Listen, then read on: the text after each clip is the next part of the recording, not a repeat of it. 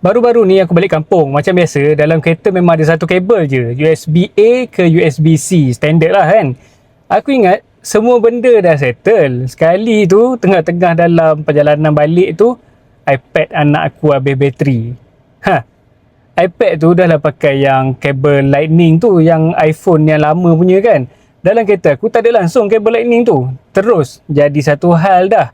Anak aku dah start bosan, aku pula dah stres. Anak duk yuya dah kereta.